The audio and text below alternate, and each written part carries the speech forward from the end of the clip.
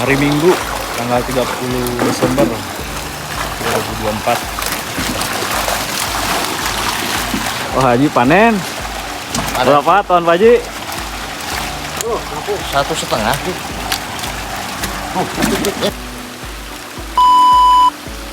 Sebelum lebih lanjut, jangan lupa di like, di subscribe, dan tekan tanda lonceng. Karena subscribe bagi saya itu sangat membantu ya untuk membangun sebuah konten seputar vlog, visit ke petani, edukasi, sharing, dan lain-lain. Stay tune, let's go. Bekal umroh. Buat bekal umroh, panen nanti di bulan Desember.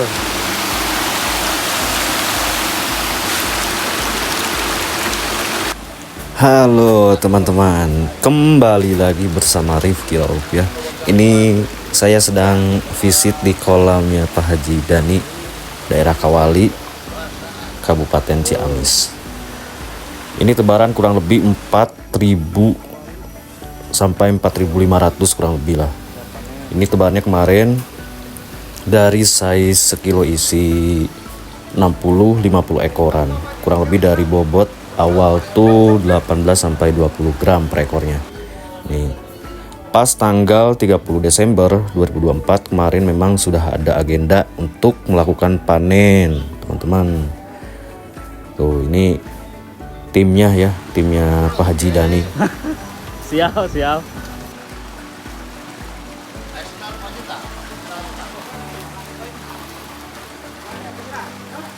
Jadi inilah proses pasca panen ya. Ini ada Mang Etik, timnya Pak Haji Dani, timnya Kawali juga. Ini proses panennya sangat simpel. Coba teman-teman lihat.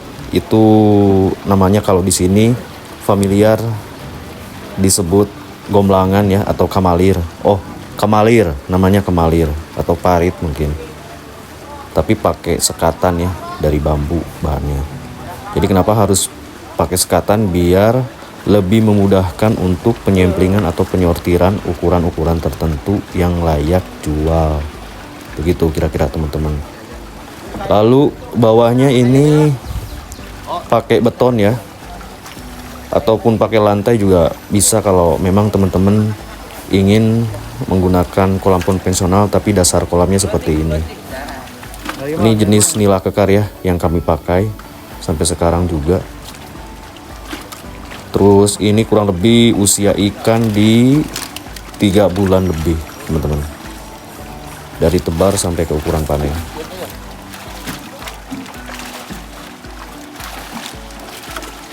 Waduh, Wah Haji panen. Berapa ton, Pak Haji? 1,5. Targetannya memang di 1,5 ton ya teman-teman. Dikarenakan memang banyak trouble dari cuaca ataupun kualitas air dan parameter lingkungan juga mempengaruhi pertumbuhan si ikan tersebut. Makanya dipanen parsial sebetulnya ini teman-teman. Jadi total yang dipanen itu ikan ada kurang lebih 883 kilo. Lalu pakannya habis 1 ton 20 kilo.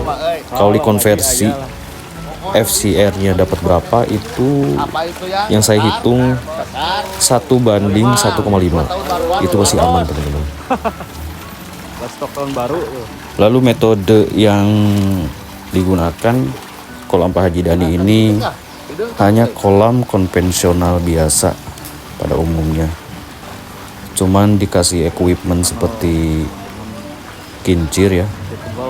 Kincir biar supaya pada tebarnya nambah sedikit gitu teman-teman. Untuk mengejar FCR 1:1 di kolam konvensional atau kolam tradisional itu sangat gak mudah ya teman-teman. Banyak perjuangannya juga dan banyak kerintangan juga teman-teman. Hanya saja kami memastikan kapasitas kolam, parameter lingkungan, lalu pada tebar juga itu harus terhitung secara akurat ya, biar supaya bisa efektif, efisien di budidaya ikannya. Lalu untuk pemberian pakan juga kami teratur menggunakan feeding rate, dan di kami itu ada tabel feeding rate-nya juga.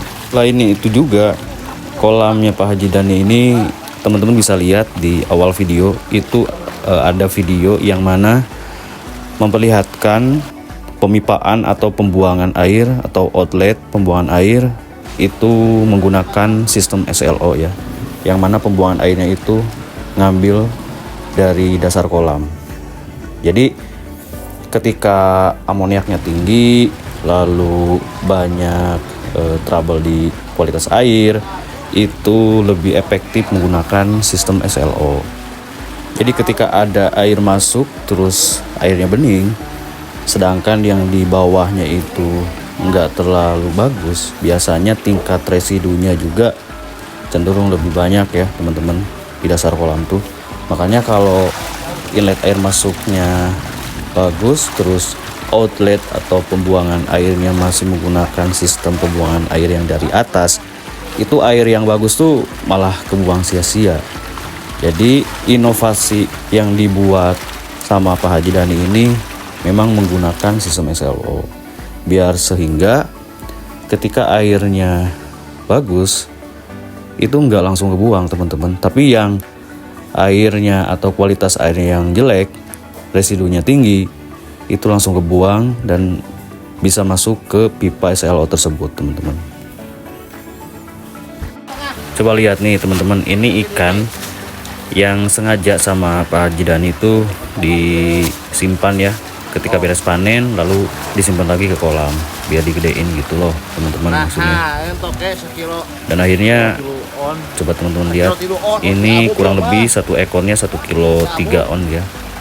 Itu setahu saya 2 kali siklus mungkin ditebar kembali ikannya. Hanya ada beberapa ekor, kurang lebih 2-3 ekor ukuran yang seperti itu teman-teman. Lalu teman-teman bisa lihat ya, nih itu dasar kolam itu menggunakan tembok ternyata teman-teman, nggak pakai lantai. Semoga video ini bisa menghibur teman-teman dan semoga juga mendapatkan manfaat setelah melihat video tersebut. Thanks for watching, jangan lupa di like, di subscribe, dan di share teman-teman. See you next time.